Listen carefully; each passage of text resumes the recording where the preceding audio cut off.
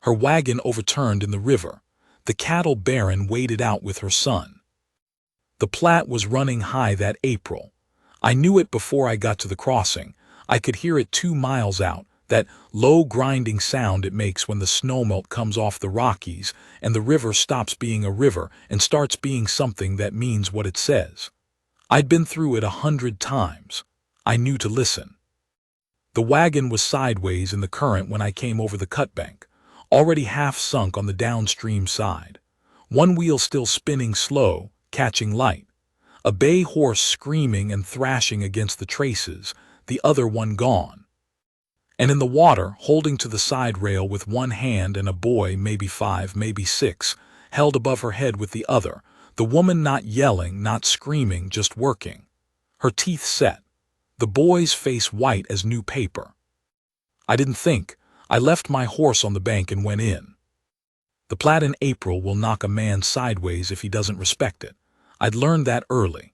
You go in angled, you let the current work with you, you don't fight what you can't beat. I got to the wagon in maybe 30 seconds. The cold hit me through my coat like a fist. I took the boy first. I had to pry his fingers off her collar. He didn't want to let go, and I pushed hard for the bank, both arms working. The boy's weight small and rigid against my chest. Got him up onto the gravel. Turned around and went back in. She was still there. She'd loosed the bay from the traces by then, I don't know how, one-handed and in that current, and the horse had made for the far bank. She was holding to what was left of the wagon and looking at me when I came back. Not grateful, not scared either. Just taking stock, the way you look at something you're not sure yet whether to trust. I got my arm around her and we came out together. She was heavier than she looked, strong. She pushed off the side rail with her foot to help us along, working with me, not against me. We came up onto the gravel and she went straight to the boy, didn't look back at me. Got down on her knees in the wet stones and put her hands on his face, his shoulders, checking him the way a mother does top to bottom, looking for the thing she's afraid to find. He was all right, cold, scared, shaking, but all right. I stood behind her and wrung the water out of my hat and watched the wagon finish going under. Her trunk was already gone. What was left of the canvas was wrapping itself around the frame in the current. Everything she'd put in that wagon, it was in the river now, or it would be soon. She stood up. She was maybe 32, dark hair plastered flat against her neck, a cut on her cheekbone. She'd caught something when the wagon went. She looked at the river for a long moment, the way you look at something that has just taken everything from you, and then she turned to me. "Thank you," she said. She said it the same way she'd been holding that boy above the water level, no waver in it, like she wasn't going to let it cost her more than it had to. I told her my name, Harlan Cade. I told her I had a ranch 8 miles northeast.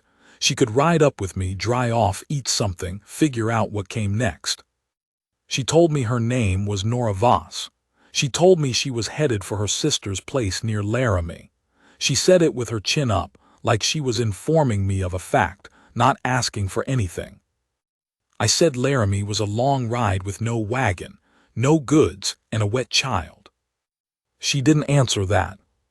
She looked at the boy. He was sitting on the gravel with his arms wrapped around his knees, still shaking, and something moved behind her eyes, just for a second. Then she looked back at me. 8 miles, she said. About that. She nodded once. We'll go. I put the boy up on my horse first and rode double with him the way home. He didn't speak. He had the grip of a barn cat, both hands knotted in my coat front. But he looked around the whole way at the plains, at the sky, at the cattle moving off in the distance, like a boy who was hungry for the world even when the world had just tried to swallow him. His name was Henry. He told me that himself about a mile in, just said it flat into the wind. Henry Voss. I said it was a good name. He thought about that. My father's name was Henry too, he said. I didn't say anything else, neither did he. Nora rode behind me. She sat straight, her hands loose on her knees, not holding my coat or my arm, just balanced like she'd been on horseback her whole life. Maybe she had. She didn't say much that ride.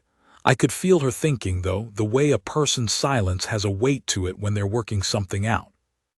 The Cade Ranch came into view from a low rise, the house first, then the bunkhouse, then the barn with the new tin roof catching the afternoon.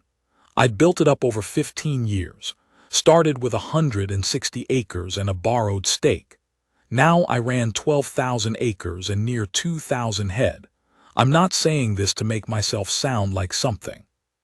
I'm saying it because it's the fact of what was there, and when she saw it, Nora Voss went quiet in a different way.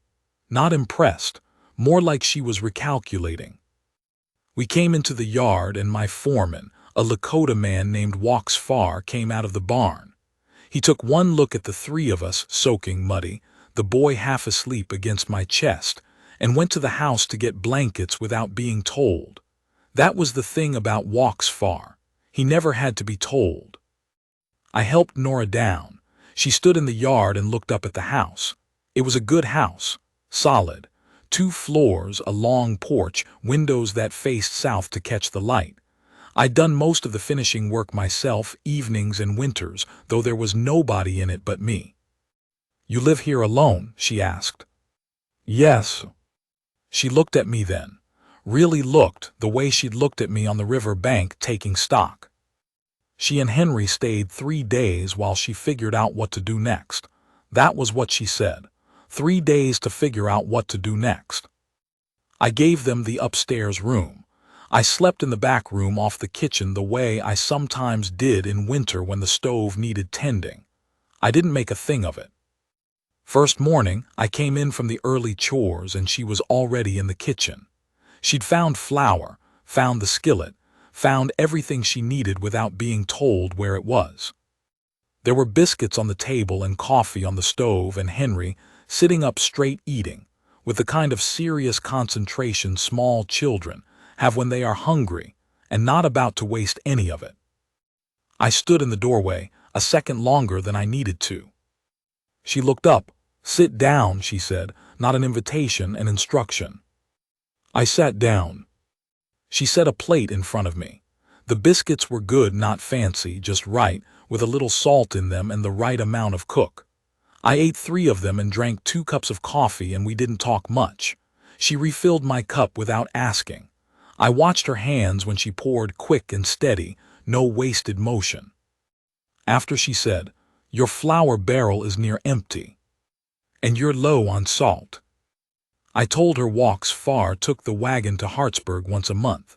She could add to the list what she needed. She said she'd write it out. She did. She wrote a neat list on a scrap of brown paper, handed it to me, and went back to cleaning up. Her handwriting was straight and even, letters spaced right. That afternoon, I found her in the south pasture with Henry. She'd taken him out to look at the cattle. He was perched on the fence rail and she was standing next to him, pointing at things, the different colors of the herd, a calf that was trailing behind its mother, a pair of red-tailed hawks circling the draw, teaching him to look, teaching him to notice. I watched them from a little ways off. I didn't go over. On the second day, she asked me to show her the ranch. We rode the south half in the morning. I showed her where the spring was, where the winter pasture ran, where the line camps were for the hands that worked the far ground. She asked questions, good ones. Not "what is that" questions. She knew what a drift fence was. She knew what a calf table was, but the kind of questions that showed she was thinking about how it all fit together. What happened if the spring ran dry? How many hands I kept in winter? How I sold drives or buyers came to me. I told her both. Mostly buyers came to me now. She nodded. "Because they know your stock." "That's right." She looked out over the south pasture, the grass coming green along the draw. "My father ran cattle," she said, "in Nebraska. Before." I didn't ask what came after before. She'd tell me or she wouldn't. After a while she said her husband had been a surveyor. Government contracts.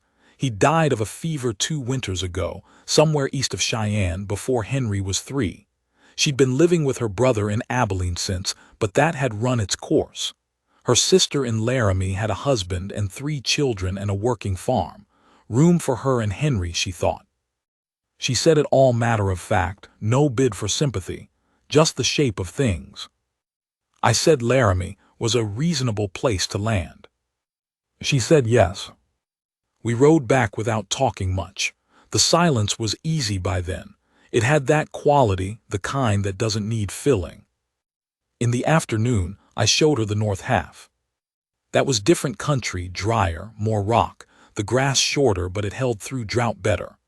I had a line shack up at the north fence that I'd renovated 2 years prior, and she walked through it and looked at how I'd done the roof beams and the door fitting and nodded once, which I took to mean she approved of the work. I didn't know why that mattered to me. It did. On the way back, she asked about the stone on the rise. I said my wife, she died in '72. She didn't say she was sorry. She looked at the stone, just a square of granite, nothing fancy, her name and the years, and then she looked at me. How long did you have? 3 years. She looked at the stone again just for a moment. Then we rode on. Third morning I came in from the corrals and she was sitting at the table with the brown paper list in front of her. She'd added to it. A lot. When she handed it to me, it took a moment to understand what I was looking at. Not supplies. A second list separate from the first of things that needed doing, not just in the house, around the place. The porch steps were soft on the left side. The barn door was hanging wrong, wouldn't latch true. The water pump in the kitchen had a leak at the base fitting. 3 things in the bunkhouse she'd noticed when she'd taken walks far coffee. The smokehouse needed recaulking before summer. She'd written it all out in that same neat hand, 1 thing per line, and at the bottom she'd written, "What is it worth to you to have someone who will stay on top of these?" I read it twice. She was watching me. I set the paper down on the table between us. "What are you asking, Nora?"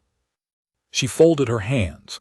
"I'm asking if you need a housekeeper, someone who can manage the house, feed the men, keep the accounts if you want, and raise her son somewhere he can grow up with grass under his feet instead of a city street." She paused. "I am not asking for charity. I am asking for wages and the room upstairs and the same respect you give a hand who knew his work." I looked at her for a long time. She didn't look away. "Laramie," I said. "Laramie was a plan when I had nothing better," she said. "I have something better now if you'll have me." I thought about the house, about how it had been just a house for 15 years. I thought about the biscuits and the coffee and the way she'd sat on the fence rail with Henry and pointed at the hawks. "Wages," I said. "The room, and yes, same respect as any hand who knows his work." She stood up, she put out her hand. We shook. I want to say it was simple from there. It wasn't. Nothing worth having is simple. She worked. Lord, she worked. Up before me most mornings, which I wouldn't have thought possible because I'm an early riser from a lifetime of early rising, but there it was. She had the kitchen running. She had a system for the accounts. I'd been doing them in a ledger that was half guesswork. And within 2 weeks she'd fixed the pump, talked walks far into doing the barn door, and organized the bunkhouse storage in a way that 3 of my hands told me separately was the first time they'd been able to find anything in there since I'd built the place. The accounts were the thing that surprised me most. She'd been keeping her brother's books in Abilene, she told me. He had a hardware concern, and she'd run the ledgers and the supply orders and the receivables. When she sat down with mine, she spent 2 days just going through back entries, and on the evening of the second day she came to find me in the barn. "You have 3 buyers who haven't settled their fall accounts," she said. She had the ledger open over her forearm, 1 finger on the page. I said I knew. Those things moved slow sometimes. She gave me a look. "They're moving slow because nobody's followed up." I didn't say anything. "I'll write the letters," she said. It wasn't a question. The letters went out. 2 of the 3 settled within the month. The third one needed a second letter, shorter and considerably more direct, and then he settled too. Walks Far noticed. He came to me one evening while we were checking the north fence line and said, in the particular way he had of not saying more than what was needed, "She's good for this place." I said yes. He nodded and let it rest. Henry followed walks far around the yard like a shadow. The man had a patience with children I hadn't known about. He'd been teaching the boy to read tracks, horse, cattle, deer, coyote, and Henry would come in at supper and recite them to his mother with the gravity of a man reporting important news. She'd listen, every time, really listen, not the half-attention busy people give children. She'd ask a question and he'd answer it, and she'd nod like what he said mattered because it did, because she made sure it did. There were hard evenings too, I want to say that. I was set in my ways. I've been alone 15 years, and alone has its own habits. How you move through a space, how much quiet you need, how you handle the things that go wrong on a ranch, which is most things, most of the time. She wasn't set in the same ways. Some of mine made no sense to her, and she said so. Some of hers made no sense to me, and I'm sure I showed it when I didn't mean to. One evening in May, I came in sharp from a bad day. A heifer lost. One of my young hands hurt his hand in the pens. A supply order come in wrong from Hartsburg, and she had rearranged the kitchen tools in a way that I couldn't find what I was looking for, and I said something short and not kind about it. She put down what she was doing. She looked at me. I stopped. That was a long day, she said, not a question. Yes. Sit down, she said, same voice she'd used the first morning. Tell me what happened. I sat down. I told her what happened. She listened without interrupting, and when I was done she said the arrangement of the kitchen tools was a practical improvement and I'd get used to it in a week, and she was sorry about the heifer, and the hand's injury was the kind of thing that would heal clean if he kept it wrapped and dry, and the supply order problem was Hartsburg's fault and she'd write to them. She said all of this straight and calm, no fuss, and then she put a plate in front of me. I ate my supper. I thought about that evening for a long time afterward, about the way she'd handled it, not soft, not hard, just direct and steady, not coddling me and not punishing me for being short. Just, here is what happened, here is what we do about it, eat your supper. That was what she was like, the whole of it in that one evening. The trouble came in June. There was a man named Prescott Gale who'd been trying to buy my south section for 2 years. He wanted it for the water. The spring fed a creek that ran through the whole lower half, and he'd made it his business to make my life difficult when I wouldn't sell. Little things at first. A fence cut. A hand of mine accused of something in town with no evidence. A water dispute filed with the county that went nowhere but cost me time and money. Gale was the kind of man who had accumulated a great deal and still spent most of his energy trying to take what belonged to someone else. I'd seen his type. They had a word for it, acquisitive, but that word was too small and too dignified. He was a man who believed the world owed him more than it had given him, and he was going to collect the difference from whoever was nearest and weakest. The fact that I was neither of those things had not dissuaded him. It had just irritated him. In June, he sent a man named Tolliver to talk to me. Tolliver was big, well-dressed, polite the way a snake is polite before it has to strike. He came to the house on a Tuesday afternoon when I was in the barn. Nora answered the door. I heard about it from Walks Far first, then from Nora that evening. Tolliver had told her, in the politest possible language, that Mr. Gale was aware the Cade Ranch had taken on a woman and a child, and Mr. Gale thought it was kind of me to provide shelter to those in need, but that a woman of her evident quality surely didn't intend to tie herself to a man and a ranch that were headed for difficulty. That was what he said, headed for difficulty. Nora had let him finish. Then she'd said, "Tell Mr. Gale I am not a woman in need of shelter. I am the housekeeper of this ranch and I keep its accounts, which means I know exactly what it's worth and exactly what Mr. Gale is trying to buy and what it cost Mr. Cade to build it. I'll tell you what I told a river in April. You don't get to take what isn't yours." She'd paused. "Now get off this porch." Tolliver had gotten off the porch. She told me this at supper, plain and direct, no flourish. Henry was in bed. She told me, and then she watched my face. I was quiet a moment. "He'll be back," I said. "I expect so." "You didn't have to do that." She looked at me steady. "Yes," she said, "I did." She picked up her fork. "Eat your supper, Harlan." I ate my supper. What I didn't tell her, not that evening, what she'd done took something off my chest I'd been carrying since Gail first started in on me. Not because I couldn't handle it myself. I could, and I had, 2 years of it slowly. The way you handle a man who has connections you don't, and money you don't, and patience for legal maneuvering that I don't have the temperament for. What it took off my chest was the particular heaviness of doing it alone. The sense of being a man standing in a field with a storm coming, and no one to stand there with him. She'd stood there. That was all it was, but it was a great deal. Gale came himself 2 weeks later. Saturday morning, 3 riders with him. He was a big man, pink-faced, the kind of man who'd been called impressive by people who wanted something from him for so long that he'd started to believe it himself. I was on the porch when they rode in. Walks Far was at the corner of the barn. 2 of my other hands were somewhere behind me. I could feel them without looking. Gale gave me his pitch again. Better money this time. A very good offer, he said, more than fair. I said no. He changed his tone. He said he had friends in the county seat. He said the water rights were a more complicated matter than I seemed to understand. He said a man without a family, a man alone. He used those words careful as a trap.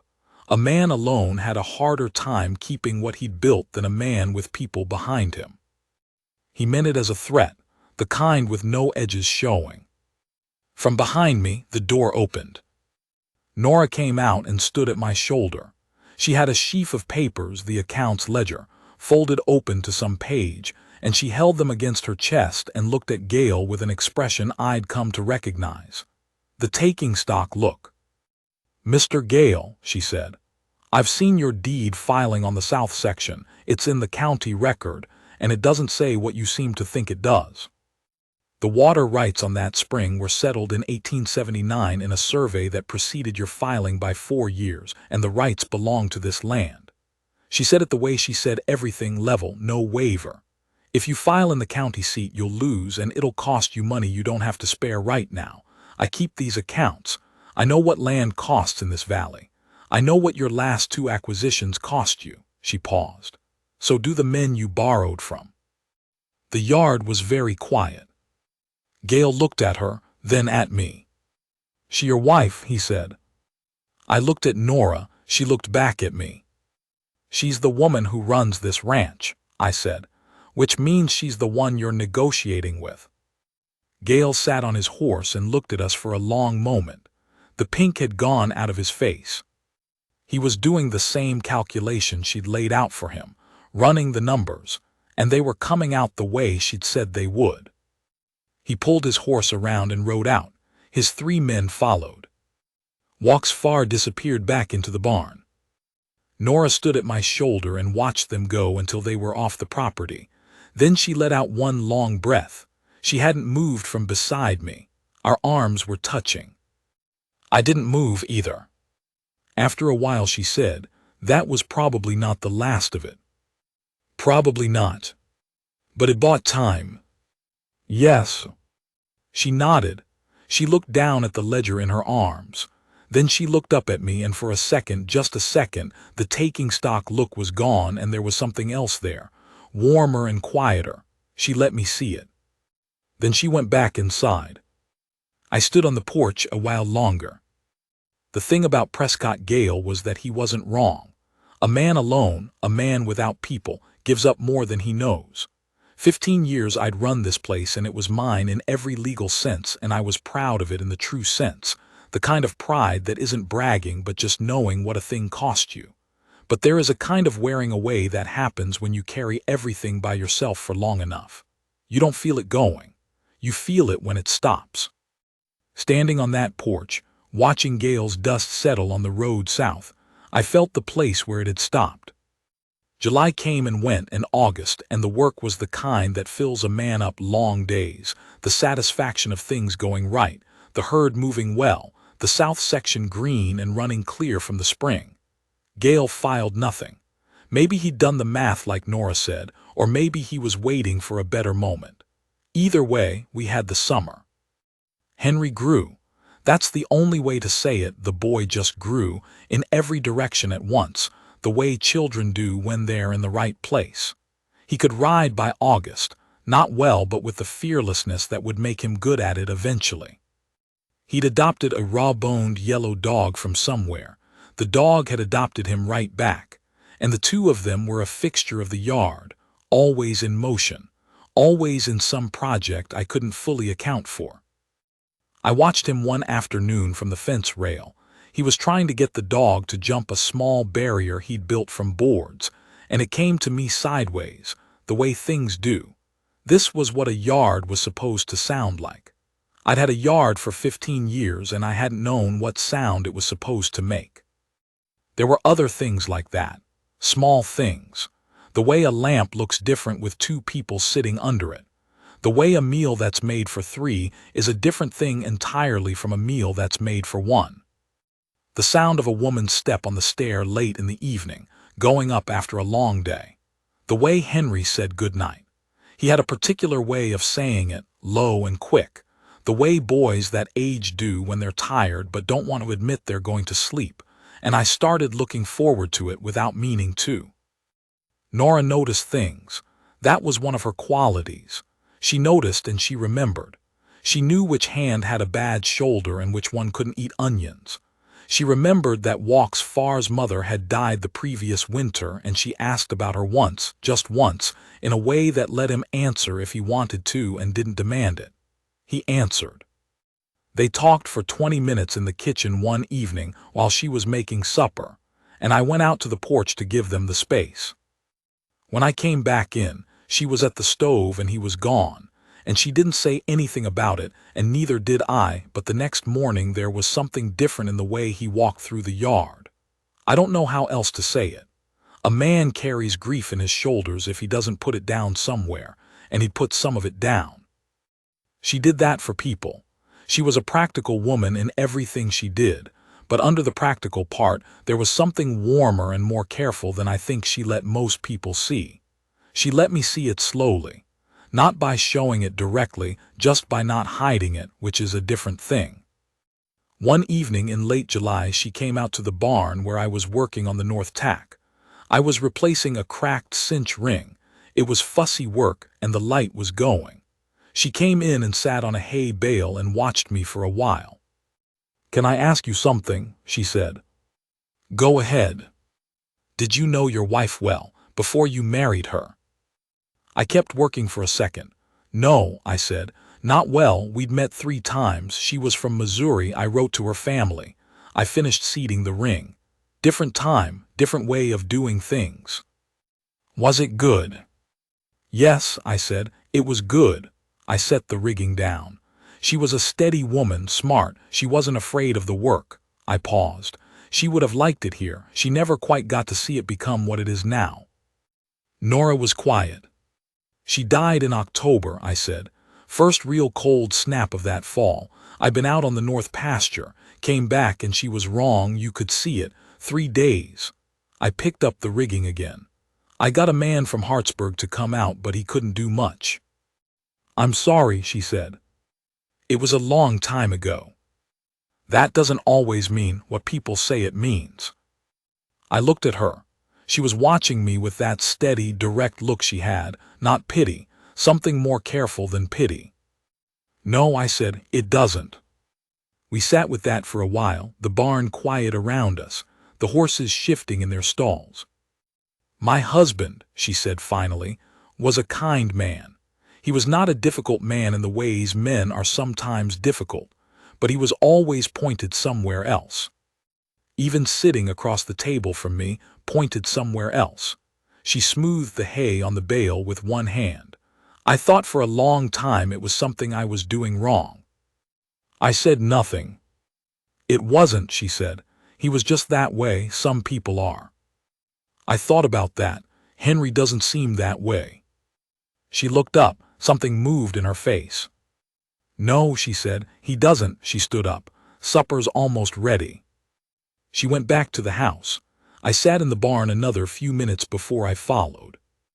We didn't speak plainly for a while after that, the way two people sometimes don't when something is becoming clear but neither one has reached for it yet. We moved around it. We went about the work. The summer drew on toward its end. I took her into Hartsburg in early August. She needed dry goods, things that couldn't wait for Walks Far's next run, and I had business at the bank. I told her she could come along if she wanted. She said she'd get her list. We went in the wagon. Henry stayed behind with Walks Far, which had been his preference and hers. He was in the middle of something involving a rope and a fence post that apparently required all his concentration and couldn't be interrupted. She'd packed him a lunch and left instructions with Walks Far, and we'd been on the road before the heat got up. Hartsburg was the nearest town of any size. It had a proper main street, 2 saloons, a hotel, the general store, a barber shop, a land office, and the bank where I'd been doing business for 12 years. It also had the specific quality that small towns have: memory. Everyone knew everyone and remembered what they'd been like when they were 17, and nobody let anyone forget it. I knew what they'd say. I'd come in alone for 15 years. Now I wasn't. She walked beside me down the boardwalk, and I could feel the town looking. She didn't seem to notice, or if she did, it didn't change how she carried herself. She went into the dry goods store ahead of me, knew what she wanted, got it, and had a short, accurate conversation with the store owner about his pricing on 2 items that resulted in him adjusting both of them. I stood by and watched. He'd been overcharging me on those same items for years. At the bank, my man Ellison met us in the outer room and shook my hand and then looked at Nora. I introduced her. Ellison had a way of taking a person's measure, fast and quiet, the way bankers do, not rude, just efficient. He looked at her and then back at me, and his expression changed in a small way that I recognized. It was the look a man gives when something he was worried about has been resolved. I realized he'd been worried about me. For some time, probably. In the quiet, inconclusive way that people worry about a man who is building something alone and getting older and hasn't said anything about it. After the bank, we ate at the hotel. The dining room was half full. A few men I knew, a couple of families. She ate without fuss and asked me questions about the land east of Hartsburg, who held it, what they ran, whether the grass held in drought. I answered, and she listened and asked the next question, and halfway through the meal I understood that she was mapping the valley, understanding how it all fit, where we sat in it and who the neighbors were and what the relationships were. She was thinking about it as her home, as the place she meant to stay. I didn't say that. I just watched her eat and answered her questions and drank my coffee. On the way home, she was quiet for a while. The road ran straight north through low grass, heat shimmer on the distance. The horses knew the way. She said people were looking at us. "Small town," I said. "They look." Were they surprised? I thought about it some. She nodded. She looked at the road ahead. "Good," she said, "just that," and then she didn't bring it up again. In late August, a family came through, a homesteader couple with 2 small girls, headed for a quarter section they'd filed on about 15 miles north of us. Their horse had thrown a shoe 2 miles back, and the man had led him the rest of the way in the midday heat. They were worn down, the lot of them. I put the horse in the barn and fixed the shoe myself. Nora fed them at the kitchen table and sent the woman upstairs to rest while she watched the girls in the yard. The homesteader sat on the porch with me while I worked the horse's hoof. He watched the yard for a while, Henry and the dog and the 2 small girls, all running some incomprehensible game, and he said, "That your boy?" I said yes before I thought about it. He nodded. "Good-looking family," he said. I didn't correct it. I let it sit. That evening, after they'd gone on, the horse reshod, packed with enough food from Nora to last them 2 days. I thought about that. I thought about the word family and how it had fit, how it had felt right in my mouth and not strange, and that was what surprised me. After 15 years of this place being mine alone, that word had fit without any effort at all. One evening in August, we sat on the south porch after supper. Henry was in bed. The sky was doing what it does out there in the summer, going through every color there is, slow and unhurried. She had her coffee. I had mine. She said out of nowhere, "My husband was a good man." I waited. He was kind, he was careful, he worked hard. She looked at her cup. He was never quite at home anywhere. He was always thinking about where he was going next. I thought it was exciting when we married. Later I understood it was something else. She paused. He died 300 miles from where we were supposed to be. I didn't say anything for a while. Then I said, "My wife died in 72, fever. We'd had 3 years. There weren't any children." I hadn't said that out loud to anyone in a long time. I buried her on the North Rise. You can see it from the far fence. There's a stone there. She looked at me. "I built this place so it would be worth something," I said. "So the years would mean something. So they weren't just years." I stopped. I didn't know it needed anything else until I stopped again. She waited. I said, "Until you came out on that porch with Gail." She was quiet. Then she said, "That's not a very romantic reason." "No," I said, "it's not." She looked at the sky. "I respect it," she said. "A romantic reason would have worried me." I looked at her. "I knew what kind of man you were on the river," she said. "You went in without thinking. You went back. Most men would have gotten the boy and waited to see if I needed help." She paused. "Most men would have told me I was brave while they waited."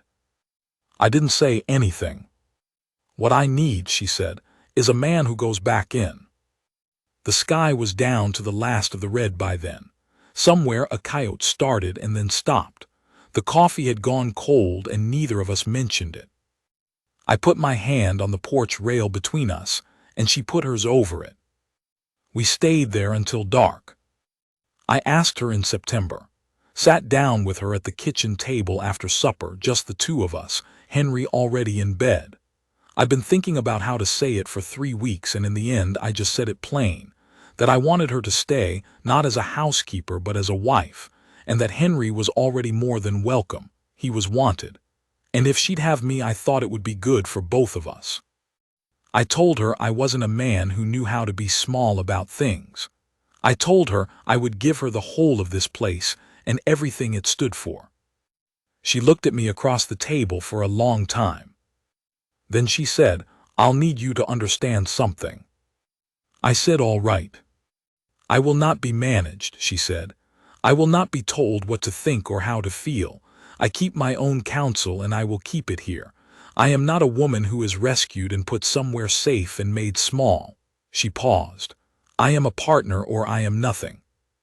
I said that was exactly what I wanted. She looked at me another moment. "Then yes," she said, "I'll marry you." We shook hands again. I don't know why. We both knew it was the wrong gesture and neither of us could stop from doing it. And then we both laughed at the same time, which was the first time we'd laughed together, really laughed. And that was the thing I remembered later more than anything else. More than the hand, more than the yes. The laugh.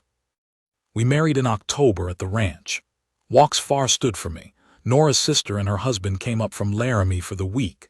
Henry wore a jacket that was too big in the shoulders and stood very straight. He'd asked me 2 weeks before privately, walking back from the corrals, if it would be all right for him to call me Pa. He said it the way he said everything, straight out, no hedge. Like he'd decided it was the right thing and he was going to say it, and that was that. I said it would be more than all right. He nodded. He stuck his hands in his pockets and looked at the ground for a moment, then back at me. "Good," he said. Then he walked back to the barn to finish what he'd been doing. I stood in the yard for a minute after he went. I don't know what I was doing, just standing. At the wedding, the minister from Hartsburg did his part and Nora and I said what needed saying. And when he pronounced us married, she looked at me with that same look. Not the taking stock one, the warm one, the one she'd let me see on the porch. She put her hand on my face, both hands. She held my face like it was something worth holding, and she looked at me straight, and I held her shoulders, and we stood like that for a moment with the whole room around us, and I didn't hear anything but the sound of my own blood. That was the moment. I've carried it since. The winter was mild enough. Gale tried once more in November, not himself this time, just a letter through a lawyer, trying a different angle on the water rights. Nora sat down with the county records she'd requested in September and wrote a reply that I'm told was read aloud in the lawyer's office twice before they understood fully what she'd done to their argument. We didn't hear from Gale again. In December, Nora's sister sent a letter. She said she'd heard from someone passing through Laramie, a man from Hartsburg, that Harlan Cade had got himself a wife and a boy, and she was glad to hear it, because she'd worried about Nora going to Laramie and being swallowed up in the household of a busy woman with her own family and not having room to breathe. She wrote, "It sounds like you found a better place to land." Nora read me the letter at the kitchen table. She read the whole thing, then folded it, then said, "She's right." I said I was glad. She looked at me a second. "So am I," she said. Henry had started calling me Pa by then without any ceremony about it. It had shifted in the course of a week, nothing announced, just the word appearing in his sentences where before he'd said Harlan, and then it was always Pa, and that was that. I got used to the sound of it faster than I expected, faster than I thought I'd get used to anything. Winter settled in. We got the first snow in November, light, gone in 2 days, but the kind that tells you what's coming. I spent those weeks making sure we were tight, the stock counted and healthy, the feed stores right, the line shacks checked and provisioned, the north fence walked one last time before the ground froze. I'd done it alone every year since I started. That year I did it with Nora's supply lists in my pocket, written in that neat hand of hers, every camp and every need accounted for. She'd walked the south pasture with me in late October to look at the winter grass.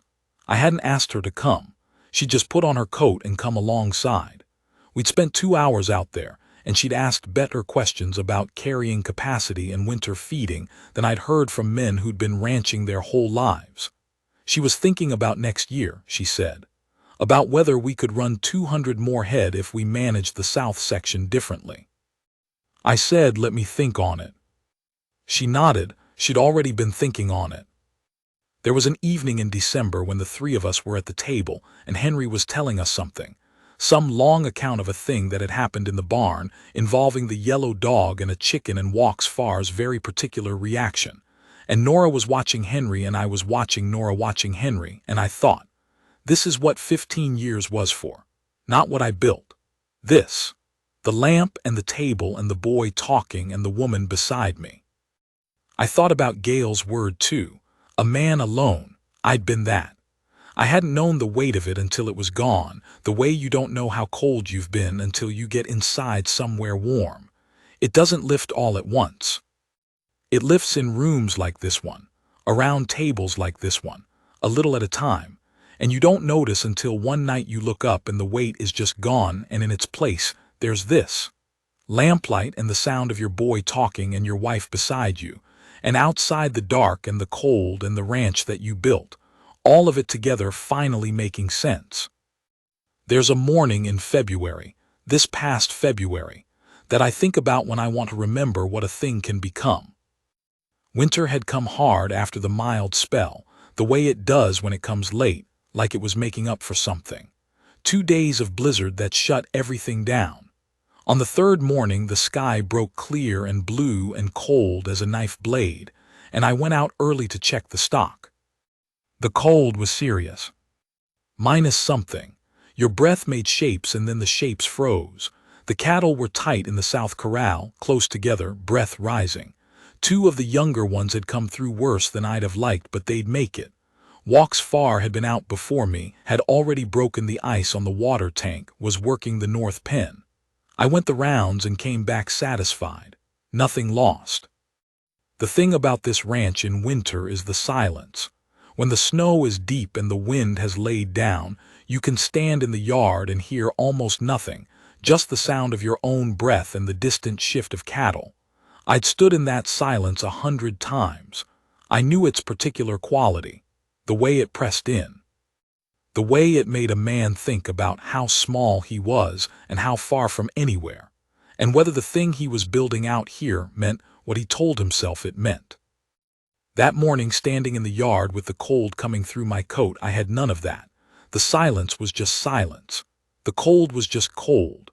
I thought about Nora inside with the stove going, and Henry still asleep up there with the yellow dog on his feet, and the ground I was standing on that was mine in a different way than it had been a year ago.